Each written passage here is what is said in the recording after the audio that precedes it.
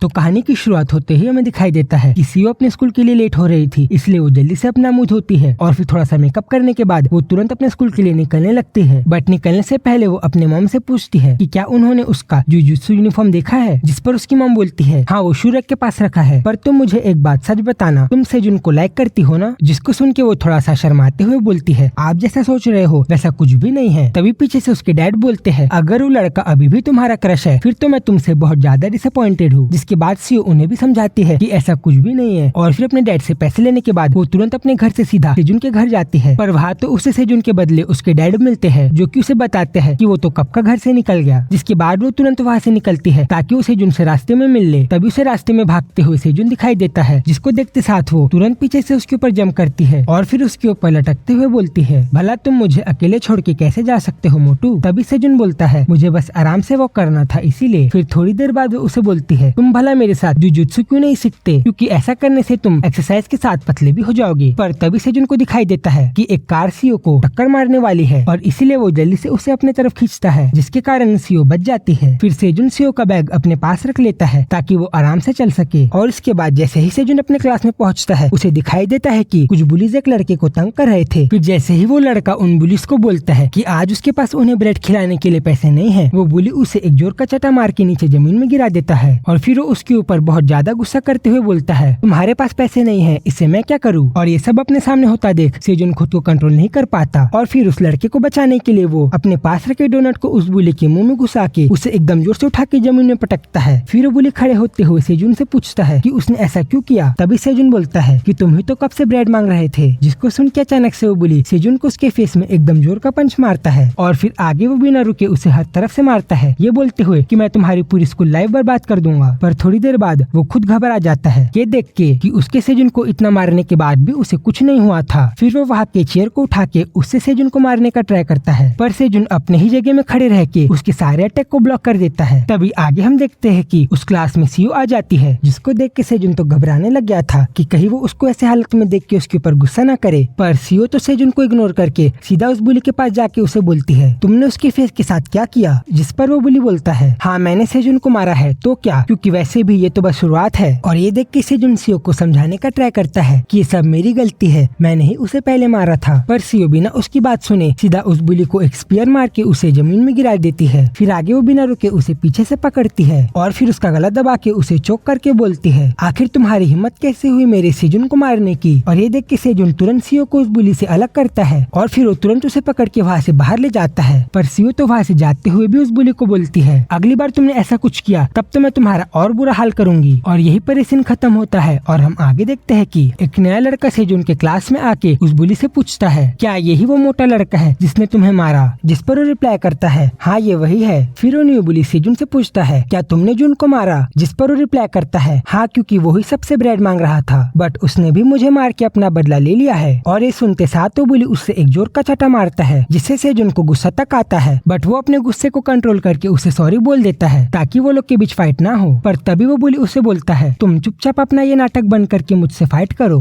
मुझे दिखाई दे रहा है कि तुम अपने गुस्से को कंट्रोल कर रहे हो। बट सेजुन फिर भी उसे हंसते हुए बोलता है नहीं ऐसा कुछ भी नहीं है, मैं सही में सॉरी फील कर रहा हूँ और अब से मैं आगे से ऐसी गलती नहीं करूंगा। और ये सुन के वो मेन बुली वहाँ से जाने लगता है। तभी जून उसे पूछता है क्या तुम उसे ऐसे ही छोड़ दोगे। जिसकी रिप्लाई में वो बोलता है तुम बस मुझे फॉलो करो। और ये देख के सेजुन को आराम मिलता है क्योंकि उसे तो लगा था कि वो लोग उससे और ज्यादा तंग करेंगे। फिर सीन चेंज होता है और हम आगे देखते हैं कि स्कूल खत्म होने के बाद सीओ सेजुन से पूछ रही थी कि मेरे जाने के बाद वो लोगों ने तुम्हें तंग तो नहीं किया। जिसकी रिप्लाई में वो उसे बताता है कि उसके जाने के बाद भी वहाँ सब कुछ ठीक था। फिर वो दोनों वैसे ही प्यार से बात करते हुए अपने घर जा रहे थे कि तभी हमें पीछे से दिखाई देता है कि वो बुलीज उन दोनों को देखकर स्माइल कर रहे थे कि जैसे वो लोग कुछ प्लानिंग कर रहे हो। और यही पर सीन चेंज होता है। फिर हमें आगे नेक्स्ट डे स्कूल का सीन दिखाया जाता है जहाँ पर सेजुन आराम से अपना फोन चला रहा था कि तभी एक लड़का उसे आके बताता है मुझे लगता है कि तुम्हें जल्दी से सीओ के क्लास जाना चाहिए। जिसको सुन के सेजुन बोलता है वहाँ पर ऐसा क्या हुआ है। इसके बाद हम लोग उस क्लास का सीन देखते हैं जहाँ पर हमें दिखाई देता है कि सीओ के बेंच के साथ उसके पूरे कपड़े में ब्लैक इंक लग गया था, जिसके कारण वो पूरी गंदी हो गई थी। जिसको देखकर पहले तो वो शॉक हो गई थी। फिर आगे बाकी लोग से पूछती है कि क्या उन्हें पता है कि ये किसने किया, जिसका वो लोग कोई भी रिप्लाई नहीं देते और इसीलिए उसे रोना तक आता है। पर तभी वहाँ पीछे से सेजुन आकर उसे अपना शर्ट पहना देता है ताकि उसे और ज्यादा बुरा ना लगे और फिर उसे संभालते हुए अपने साथ वॉशरूम लेके जाता है उसे साफ करने के लिए। है और पीछे से जुन उसको इतना काम देख के उस मेन बुली को बोलता है, मुझे तो लग रहा है कि हमारा प्लान फेल हो गया।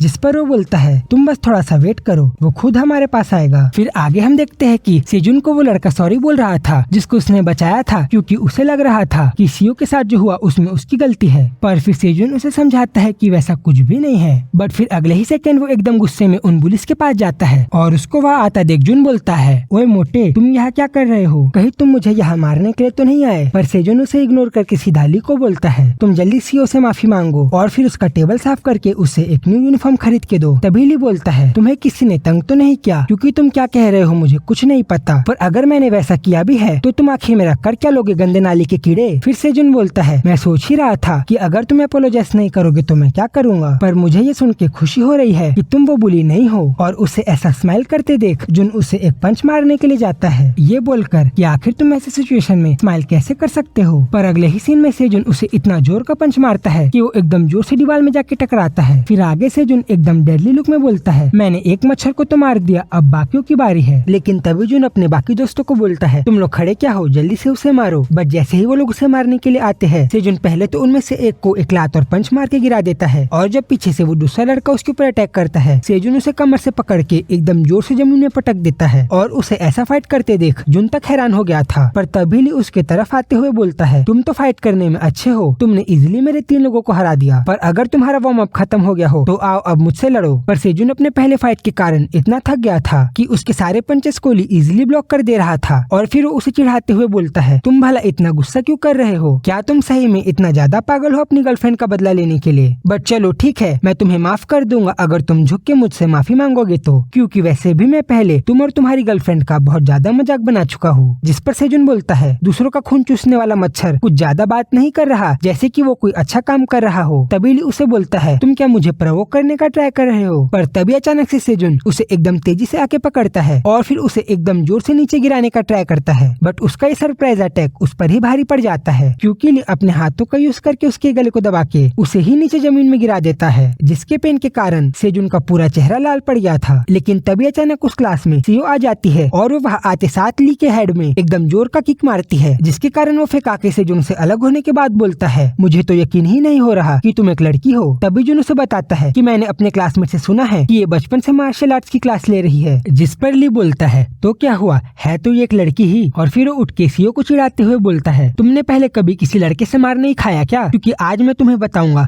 असलियत में लड़के कैसे फाइट करते हैं। तभी सीओ उसे बोलती है, आज मैं भी तुम्हें बताऊंगी असलियत में लड़कियां कैसे फाइट करती है। जिसको सुन के ली एकदम गुस्से में उसे पंच मारने के लिए जाता है, जिसको सीओ एकदम इजीली ब्लॉक करके उसके एक हाथ को पकड़ के उसे एकदम जोर से नीचे पटकती है, जिसके दर्द के कारण वो चिल्लाने तक लगता है। पर सीओ यही तक नहीं रुकती, वो आगे उसके हाथ को अपने पैरों से दबा के उसे एकदम जोर से खींचती है, जिससे उसे इतना ज्यादा पेन हो रहा था कि वो टैप आउट तक करने लगता है। बट फिर सीओ उसे बताती है कि टैप आउट करने से कुछ नहीं होगा, क्योंकि आज मैं तुम्हारा हाथ फ्रैक्चर करने वाली हूँ। तभी वो चिल्लाते हुए बोलता है, नहीं ऐसा मत करना, मैं मान रहा हूँ कि वो सब मेरी गलती है। तभी सीओ बोलती है, कौन सी गलती? जिस पर ली बोलता है, वो प्रैंक, अपने से कमजोरों को बुली करना, मैं वो सब अब कभी नहीं करूंगा। और ये सुनते ही सीओ उसे छोड़ के बोलती है, ठीक है, बट आगे से ऐसा मत करना, वरना मैं अगली बार तुम्हारा हाथ पक्का तोड़ूंगी। और फिर उसे जुन के साथ वहाँ से जाने लगती है। और तभी जुन ली को बोलता है, अब हम आगे क्या करेंगे? जिस पर ली बोलता है, मेरे पास एक अच्छा आइडिया है, तुम बस वेट करो। फिर सीन चेंज होता है और हम आगे देखते हैं कि सेजुन और सीओ एक साथ घर जा रहे थे कि तभी सीओ उसका मजाक बनाते हुए बोलती है, तुम लोगों के सामने कैसे स्ट्रगल कर रहे थे, इसीलिए मैं तुम्हें बोलती हूँ कि तुम मेरे साथ जुजुत्सु सीखो। पर वो उसे मना करके वहाँ से जाने लगता है। तभी सीओ उसे बोलती है, तुम सही में मुझे अपने साथ जिम नहीं ले जाओगे? जिस पर सेजुन बोलता है, मैं वहाँ बिजी रहता हूँ। तभी सीओ थोड़ा सा उदास होकर बोलती है, मुझे बस तुम्हारे साथ और ज्यादा टाइम स्पेंड करना था, मैंने बस इसीलिए पूछा। और यही पर सीन चेंज होता है और हम आगे देखते हैं कि सेजुन सीओ को मैसेज कर रहा था कि क्या तुम जिम पहुंच गई, बट उसका रिप्लाई ना आने के कारण वो तुरंत सो जाता है। बट फिर थोड़ी ही देर बाद हम देखते हैं कि सेजुन के डैड एकदम हड़बड़ी में आके उसे बोलते हैं, तुम भला मेरे फोन का आंसर क्यों नहीं कर रहे थे? फिर सेजुन उनसे पूछता है कि ऐसा क्या हुआ? फिर उसे बताते हैं कि सीओ को किसी ने इतना गंदा मारा है कि वो अभी हॉस्पिटल में एडमिट है। फिर हमें सीओ दिखाई देती है जो कि अभी बहुत ज्यादा बुरे कंडीशन में है। और यही पर ये चैप्टर खत्म होता है। तो अगर आप सबको वीडियो अच्छी लगी हो तो जरूर से एक सब्सक्राइब करना। जल्दी से मिलूंगा इसके आगे की स्टोरी के साथ, तब तक के लिए बाय बाय।